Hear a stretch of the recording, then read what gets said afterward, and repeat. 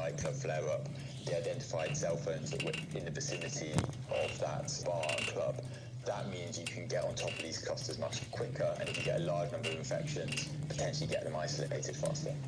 So could that be more effective than having a comprehensive sort of nationwide track and trace in each country?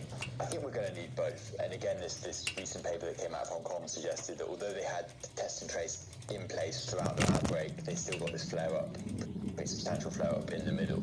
So I think really we've got to view these as almost building blocks, and each one can give us some element of reduction, but we've got to find the combination that can get us over the line and keep transmission down, but in the least disruptive way possible.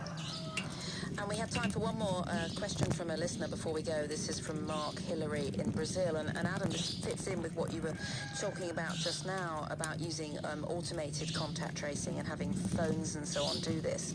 Mark says, how does inequality affect attempts to create automated contact tracing? He says he's in Brazil and he has a new iPhone, but that costs 5 months of work for someone on a minimum wage. And so not everyone would be able to afford that. So doesn't that mean that automated contact tracing couldn't work?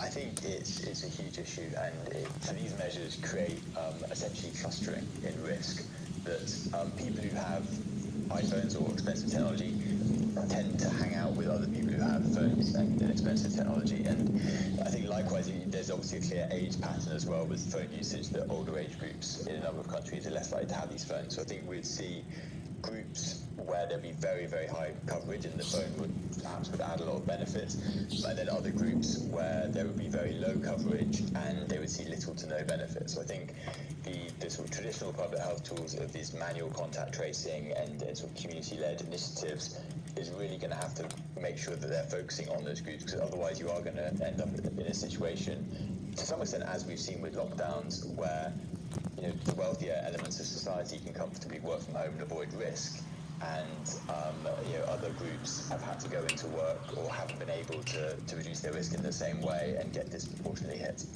Well, thank you so much to my guests today, Adam Kusharski, Holger Schunemann, David Collier and Barbara Fraser. We have covered a huge amount of research today.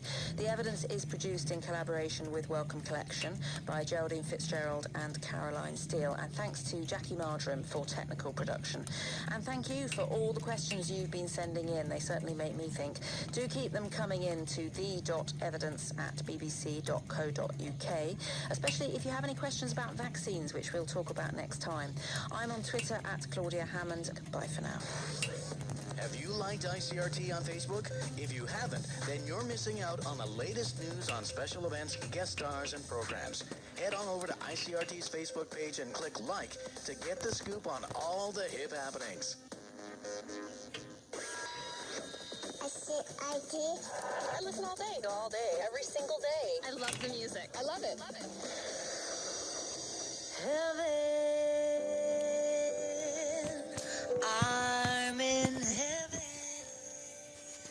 I don't know what the jacket outfit now.